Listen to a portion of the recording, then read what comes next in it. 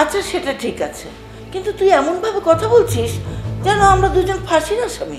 আপা তুমি চুপ করো তো, কি প্রশ্ন কবি কর। মায়া নামের মেয়েটির সাথে যে ফাগুন ভাই নেই সে ব্যাপারে আমরা নিশ্চিত। ফাগুন ভাই নিশ্চয়ই ওই রমজানের কবজায় আছে। আর সে বিষয়ে কি তোমরা কিছু জানো? তোর কথার মধ্যে এমন একটা সুর পাচ্ছি মনে হচ্ছে যেন তোর মায়ের সাথে আর আমার সাথে রমজানের যোগাযোগ আছে। অবশ্যই আছে, অবশ্যই তোমাদের সাথে একটা যোগ সাজস আছে। ফাগুন নিরুদ্দেশ হওয়ার পেছনে তোমরা অনেক কিছুই জানো, কিন্তু সেসব তথ্য তোমরা আমার কাছে গোপন করেছো। দেখেন ভাইজান, মন গড়া কথা বলবেন না। আমরা দুজন এমন কিছু করব না যাতে জমিদার বাড়ির মান সম্মান নষ্ট হয়। চাচি এই কথাটা আসলে মানতে পারলাম না, কারণ এর আগে আপনারা ধোপাকে এবং রমজানকে নিয়ে যেই যেই ঘটনা ঘটিয়েছেন বা যেই যেই কথা বলেছেন তাতে না এই কথাটা যায় না আপনার। তাই আপনাকে সরাসরি আমি জিজ্ঞাসা করছি পরিষ্কারভাবে, রমজান যে ফাগুন ভাইয়াকে কোথাও লুকিয়ে রেখেছে সে ব্যাপারে আপনারা দুজন কিছু জানেন কিনা? আমরা কিছুই জানি না। আর রমজানের সাথে আমাদের দুজনের কোনো যোগাযোগ নেই, এটা 100% সত্য। ঠিক আছে, কিন্তু এরপরে যদি প্রমাণ হয় যে রমজানের কার্যকলাপের সাথে তোমরা জড়িত কিংবা তোমরা তাকে তাল দিচ্ছ, তাহলে ব্যাপারটা কতটা খারাপ হবে সেটা আমি নিজেও জানি না। চলো। বৃষ্টি কি বলে গেল তাকে তোমরা শুনেছ? বোঝার চেষ্টা করো। সবকিছু আমাদের কি বুঝতে হবে? আমাদের তো রমজানের সাথে যোগাযোগ নেই, সেটা ওরা বিশ্বাস করছে না।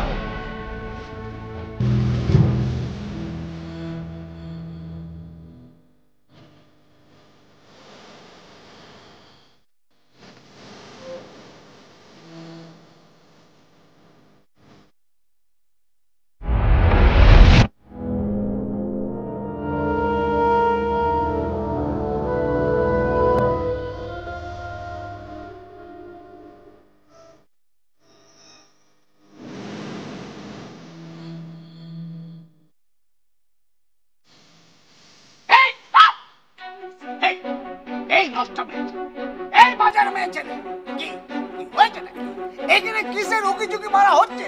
ওই বাড়ির দিকে উকিঝুঁকি কেন মারছো?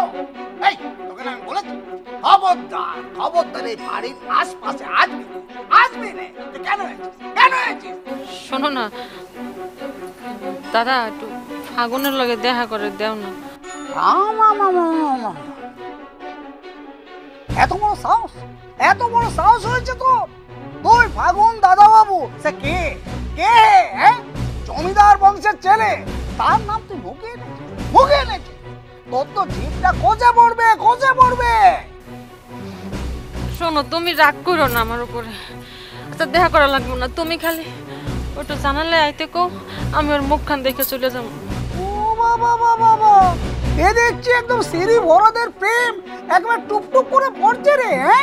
একেবারে ঝরে পড়ছে। ওরে বাবা, গদ প্রেম দেখছিস? এই আমি ফাগুন দাদাওকে জানালার কাছে আনবো আর তুই তার চাঁদ মুখখানে দেখবি। কত শখ। আর একটি কথা যদি বলেছিস তাহলে কিন্তু তোর একেবারে সর্বনাশ হয়ে যাবে। যা বলছি এখান থেকে যা। একটা বার খালি দেখা করতে দাও, আমি ওর সামনে যাবো না, কোথাও কখনো না, খালি এক পলক দেখে চলে যাবো। এই একদম ন্যাকামো করবে না, একদম না। এটা কিন্তু আমি সহ্য করবো না, একদম সহ্য করবো না। তাকে দেখতে যাচ্ছ ফাগুন দাদা বাবু না? তাকে তো একদম তালা খুলে ছেড়ে দেয়া হয়েছে। কি দেখবে? এখন আসল কথাটা বল। ফাগুন দাদা বাবু এখান থেকে তোমার কাছে গিয়েছে, কোথায় রেখেছ? এই যে চোখের জল টপ টপ করে ফেলে আমাকে একদম মায়ের বাঁধনে ফেলতে পারবে না, লুকিয়ে রেখেছো কোথায় বল দেখিনি? কোথায়? তুমি কি কইতেছ? আমি কিছুই বুঝতেছি না। এই আমি বলছি ফাগুন দাদা বাবুকে কোথায় লুকিয়ে রেখেছো আমাকে বলো, এখনই বলো। আমি লুকাই রাখছি, তোমরাই তোরে আটকে রাখছো, আর আমি লুকাই রাখলাম এখানে কি করি? এই একদম নাকামি করবি। তুই যে একটা বাজারে একটা পতিতা, একটা নষ্ট হয়েছে। আমি জানতাম নষ্টামি করে এতদিন তুই মানুষজনকে বস করবি। এখন দেখছি না, শুধু নষ্টামি না, নাটক নাটক হচ্ছে না? ফাগুন দাদাবাবুকে লুকিয়ে রেখে আমার সামনে নাটক করছো না? বল বল, বলছি কোথায় রেখেছিস বল। তুমি এসব কি কইতাছো দাদা? আমি কিচ্ছু বুঝতাছি না। তাই তোমার লগের কথা কর টাইম লেগে যাই। এই দাদা সত্যি ফাগুন না ছাইড়া দিছে? কও। এই আমার নাটক করছিস, আমার নাটক করছিস, বল বলা যা।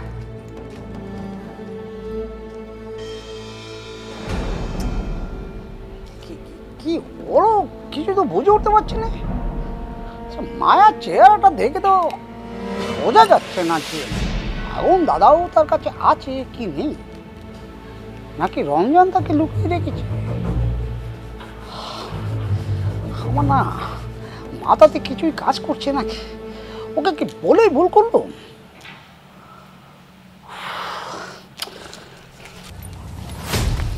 কি রে তুই আইসস? এত দেরি করলি কে? আমি এত দেরি করি আর আগে আসি, এটা কথা করার টাইম নাই। আমি এখন পাগলা কুত্তার মতো হয়ে রইছে, কানে কামড় দিয়ে বসবো। আচ্ছা ঠিক আছে, এবার ঠান্ডা হ। আমি তোর হগল সমস্যার সমাধান করে দিব। হ্যাঁ, আমার নাম কি? আমার নাম রমজান। এই তোর নাম রমজান সেটা সবাই জানে।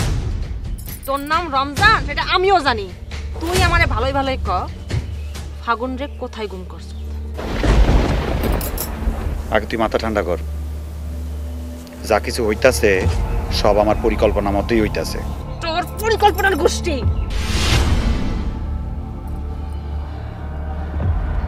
আমার ফাগুন রে তুই কখন আমার হাতে তুলে দিবি সেটা কর।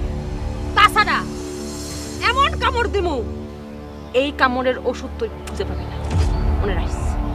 আরে কইলাম তো মাথা ঠান্ডা কর। কিছে তোর? হ্যাঁ, আমি কোনোদিন তোর কোনো ক্ষতি চাইছি? করি নাই, ভবিষ্যতে কোনোদিন ক্ষতি করবো না। এখন মাথা ঠান্ডা করে শোন, আমি এখন তোরে যা যা কমু ঠিক তা তা তুই করবি, বাস। কও। বাইর যা, বাইর গিয়া ভালো কাপড় পর। কেন? কইতাছি যা কমু ওইটাই শুনবি। ভালো কাপড় পরবি, আর আমি এদিকে ফাগুনরে লইয়া তোকে দুইজন রে কাজী বাড়ি লইয়া যামু। হেয়ানে তোকে দুইজন রে বিয়া পড়ামু, বিয়া পড়াইয়া তারপরে জমিদার বাড়িতে পাঠামু তোকে দুইজন রে। সত্যি আমার বিয়ে দিবা? হ্যাঁ কোনা আমার জিগায় অবশ্যই দিমু। তুমি অনেক ভালো উঠছো, তুমি আমার কোনো ভাগে জান ভাগি। আসলে আমি অনেক ভালো রে। শোন, কি সোজা বাইর যাবি, ভালো কাপড় চোপড় পরবি, পইরা ওই বাজারের কোনায় খারাপি। আমি কাজীরে ফোন দিয়া দিছি, টাকা পয়সা পাঠায় সব সেট আপ করা আছে। সে সাক্ষী লয়ে অফিসে চলে যাবো, কাজী অফিসে। আর আমি ফাগুনিয়ারে লয়ে জায়গা মতো চলে আসবো, তারপর কামটা কইরা ফেলাবো। ঠিক আছে? এবার খুশি তো? খুশি মানে তোমার চাইতে পারবো না, কথা খুশি। আসি। যা বাবা, পাগলা কুত্তাটা নামছে। এবার ওই জমিদার বাড়ির লোকজন রে পাগলা কুত্তা বানানোর সময় চলে আইছে। এবার আমার দাবার গুটিটা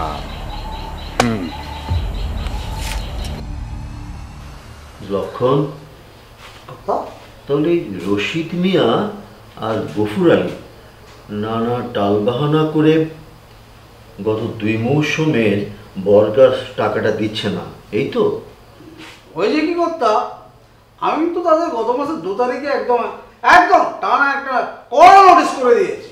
আমি বলেছি যে যে টাকা তোমাদের কাছে পাওয়া যায় সেই বকেয়া টাকা অন্তত পক্ষে 30% টাকা যদি না দিতে পারো তাহলে সামনের মাস থেকে এই বর্গা তোমরা ছেড়ে দেবে, একদম কড়া নোটিশ। কিন্তু লক্ষণ, আমার কাছে খবর আছে গত মৌসুমে বন্যায় ওরা ক্ষতিগ্রস্ত হলেও আমন মৌসুমে কিন্তু ওরা ফসল কিন্তু ঘরে ঠিকই তুলেছে। একদম একদম সঠিক সঠিক কথা বলেছেন কর্তা। এই কথা কিন্তু আমার কানেই হয়েছে। তাহলে তুই মার কাছে ডেকে পাঠালি না কেন? এখন তো অক্টোবর মাস চলছে। জমিলা, আরে ও জমিলা। নমস্কার দিদা।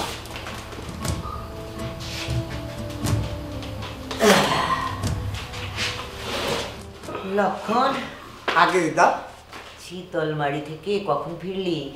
এই তো কিছুক্ষণ হলো দিদা। এসেই কর্তার সাথে বসলুম, কিছু বর্গার হিসাব কিতাব বাকি ছিল, ওই সেটা শেষ করার জন্য। এটা শেষ করে আপনার কাছে যেতুম সই করার জন্য। নবাব, বলো মা। ফাগুনটা ফেরার তো কোনো নামগন্ধ দেখছি না।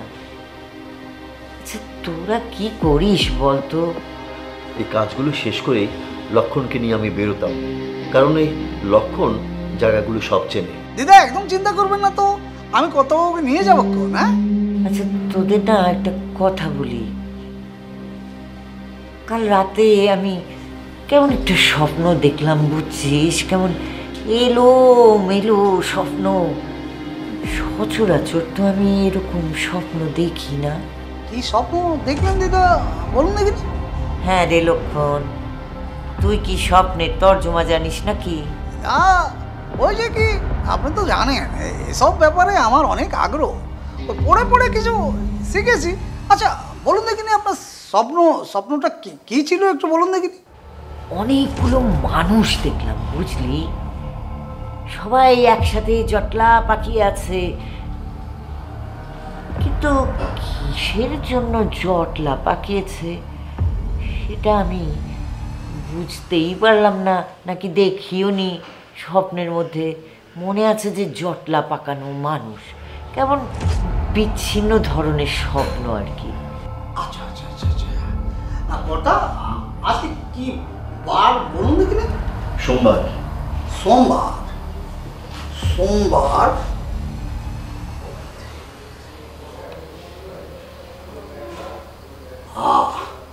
স্বপ্নটা মানে কোন প্রহরে দেখেছেন দিদা? একবার তো সন্ধ্যাবেলায় দেখলাম, সন্ধ্যাবেলা। তারপর আবার মাঝরাতেও দেখেছি। একবার সন্ধ্যাবেলা, একবার মাঝরাতে। তার মানে হলো গিয়ে আপনি একই স্বপ্ন দুবার দেখেছেন, এই তো? হ্যাঁ হ্যাঁ, একই স্বপ্ন।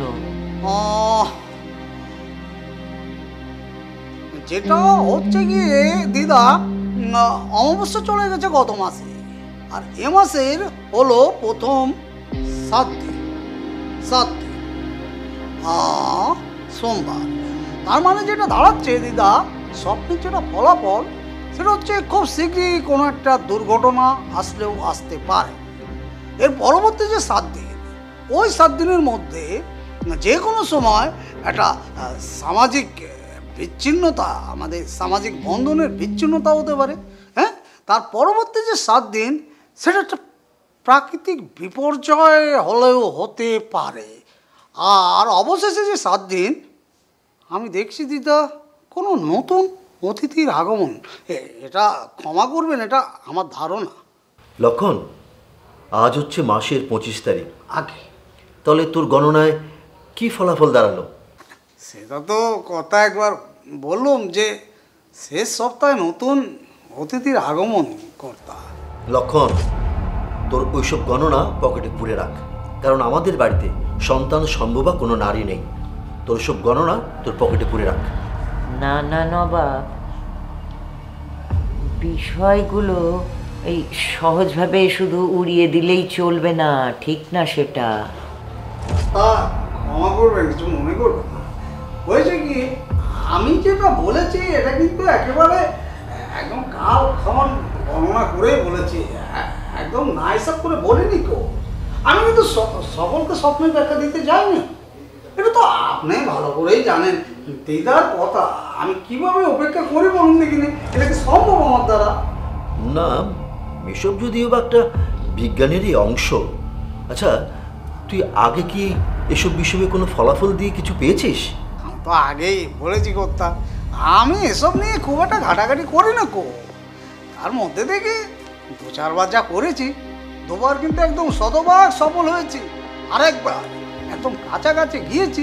তো হয় না, গ্রহ নক্ষত্রের ব্যাপার, অনেক সময় এটা কেটে যায়। আচ্ছা ঠিক আছে, তোরা এখন যা। হ্যাঁ, আর লক্ষণ, জমিলাকে বল আমার গোসলের গরম পানিটা দিতে, ঠিক আছে? আমি এখন একটু রোদ পোয়াবো। যা তোরা, যা বল। যা।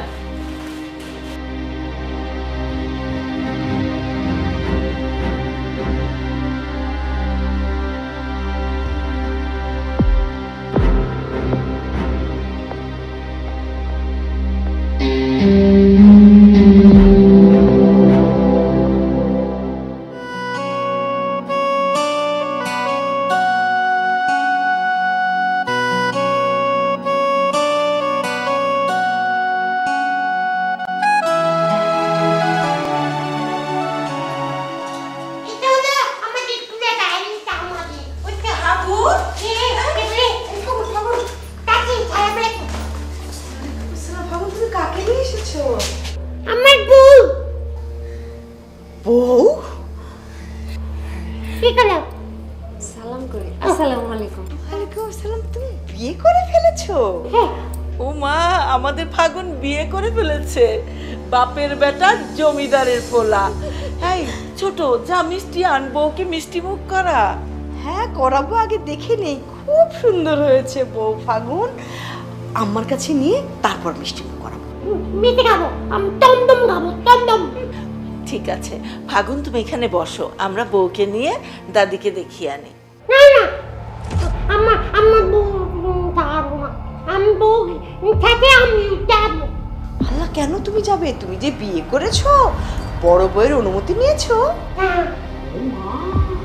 তাহলে তো তোমার নামে মামলা করে দিবে। মামলা? হ্যাঁ, এমনি কি এখন কি হবে? সেজন্য তো বলছি তুমি এখানে থাকো, আমার ওকে নিয়ে যাই, আম্মাকে দেখায়, আম্মা খুব পছন্দ করবে, আর আমরা সব কিছু ম্যানেজ করে ফেলবো। তাড়াতাড়ি আমাকে বলবে। তুমি যা, বসো, এসো। কি নাম তোমার? ছাড়ো, আমি যাই সাথে। তোমাকে ডাকবো। বউ অনেক ভালো, অনেক সুন্দর তোমার বউ। আমার বউ ভালো। এই অনেক মজা।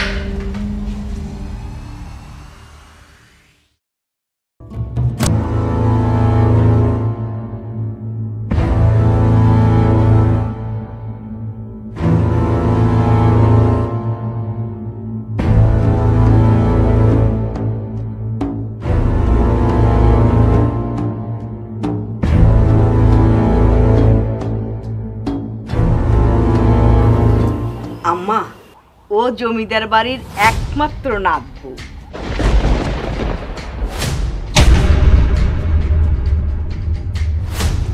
ওর নাম হচ্ছে মায়া। ফাগুন বিয়ে করে নিয়ে এসেছে।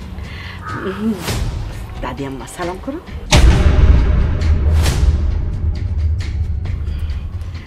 আমাদের কি দুর্ভাগ্য আম্মা, দেখেন এ বাড়ির একমাত্র নাতবউ এলো কোনো অনুষ্ঠান ছাড়াই। আমরা ওকে আপনার কাছে নিয়ে এসেছি বিয়ের মিষ্টি মুখ করানোর জন্য। কিসের বিয়ে? কার বিয়ে? এই বিয়ে আমি মানি না। ও তো একটা বাজারের নষ্ট মেয়ে, নষ্টা। আমি আগে নষ্ট ছিলাম, এখন তো ভালো হয়ে গেছি। আমি এখন এই জমিদার বাড়ির নাতবো।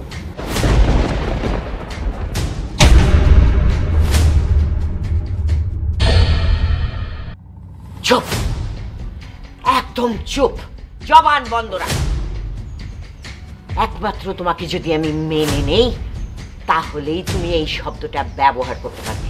ফাগুন ভাইয়া ওই মায়া নামের মেয়েটাকে বিয়ে করে বাড়িতে নিয়ে উঠেছে। কি বলছো এসব? জমিদার বাড়ির প্রথম নাতবো, এরকম একটা পচামি। তোদের বউরাও যে এর মধ্যে আছে, সেই বিষয়টাও আমার ভাবনায় কাজ করছে।